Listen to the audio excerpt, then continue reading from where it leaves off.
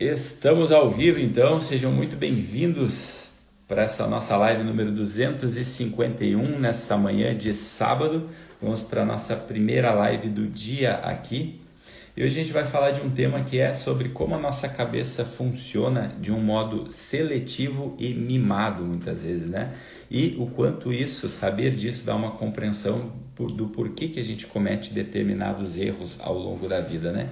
Então, para a gente começar a entrar assim nesse tema de uma forma mais prática, assim, e para citar como exemplo, talvez você já tenha vivenciado em algum momento da sua vida situações onde você precisava que alguém, que um determinado profissional, que um colega de trabalho entregasse algo para você dentro de um determinado prazo.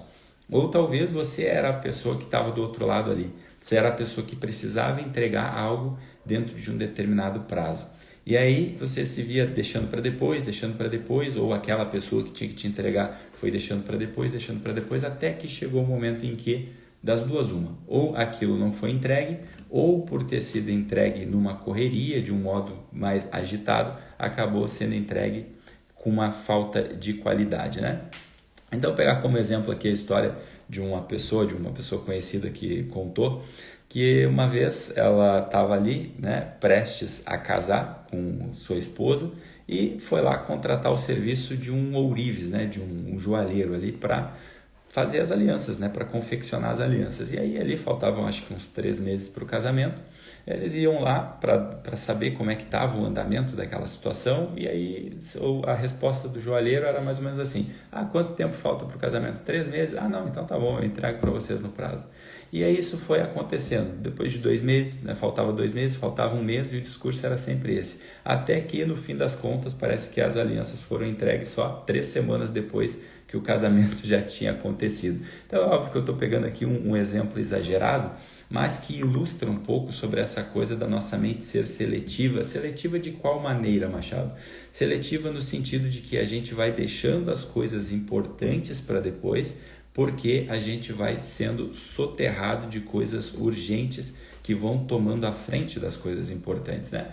Então, sei lá, estou fazendo de uma forma imaginária aqui, no caso desse joalheiro, né? Ele tinha ali um par de alianças para entregar, que é uma coisa urgente, uma coisa importante, mas possivelmente todos os dias chegava aquelas demandas ali do dia a dia, sei lá, alguém que trouxe um feixe para consertar e precisa que aquilo ali seja feito agora. Aí eu vou passando essas coisas urgentes na frente até que em algum momento eu esqueço das coisas importantes ou não consigo entregar elas mais dentro do prazo.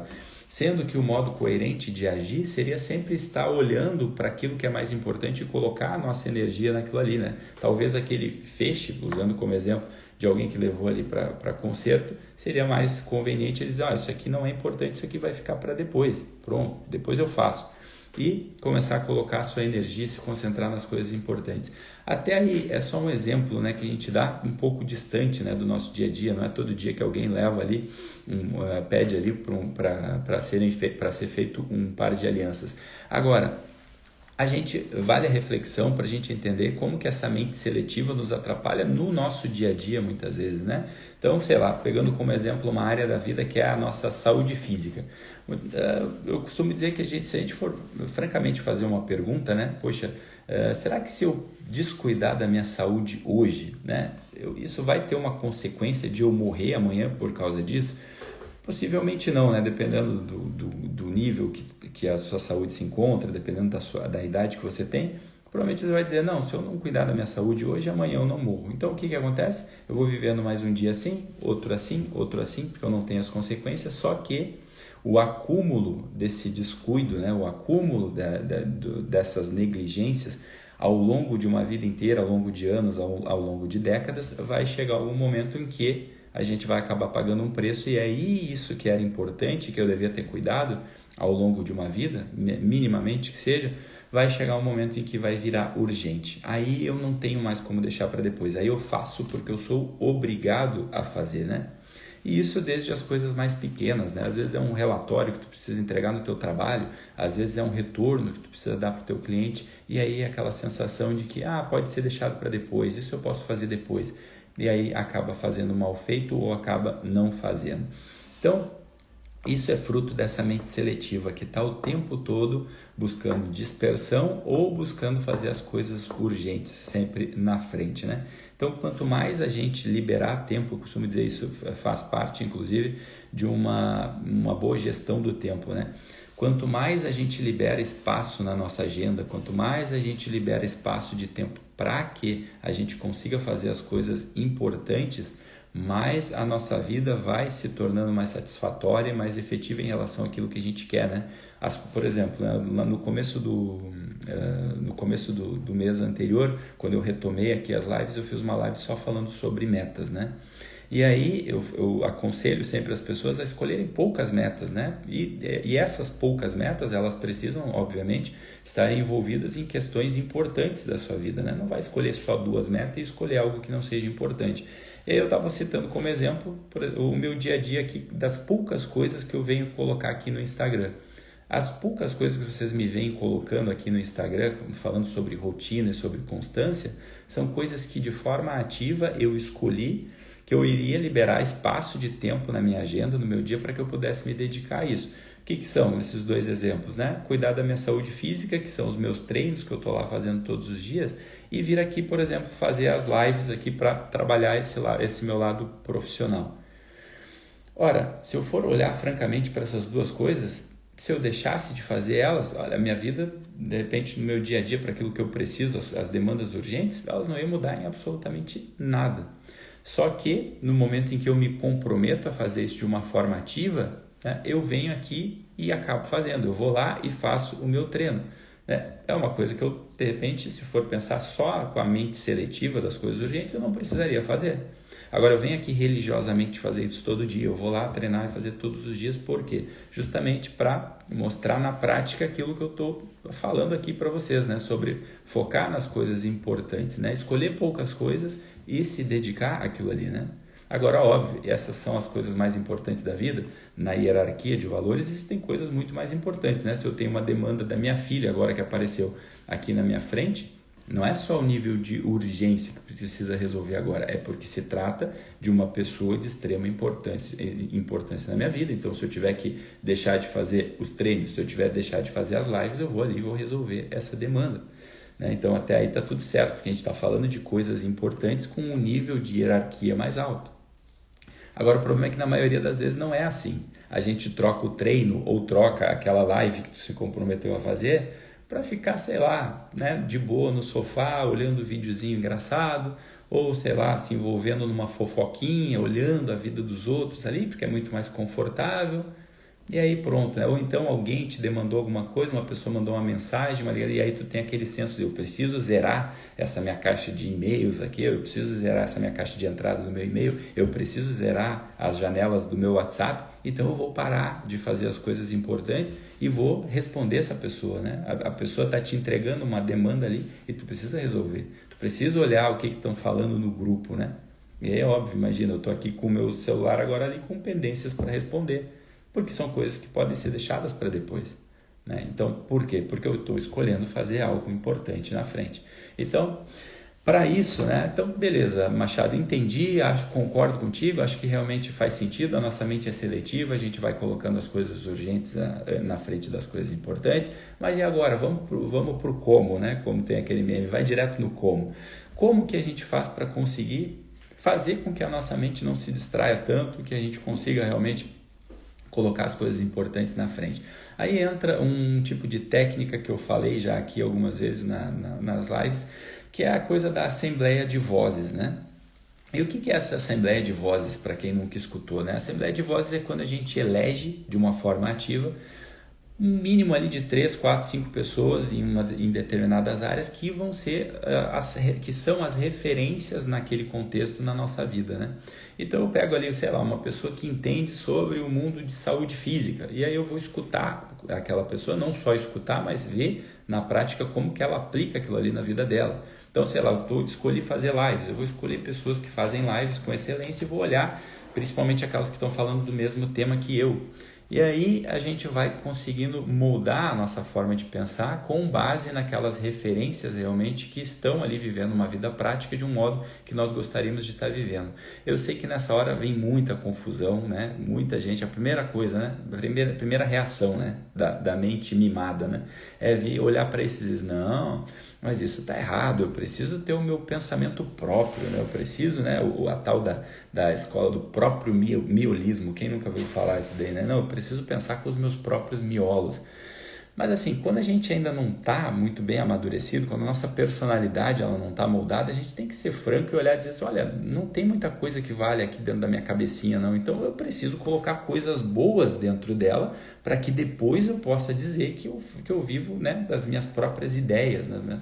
Então, se a gente for olhar para as grandes mentes brilhantes do mundo, elas estavam ali sendo moldadas pelo pensamento de escolas que vieram anteriores a elas, né, também, né? Então, a gente precisa pegar exemplos, né, tão distantes, né, mas exemplos grandiosos como a própria escola grega, né, que teve lá o Platão, que foi aluno de Sócrates, depois Aristóteles, que foi aluno de Platão. Então, essa ideia de que, não, eu gosto das minhas ideias próprias.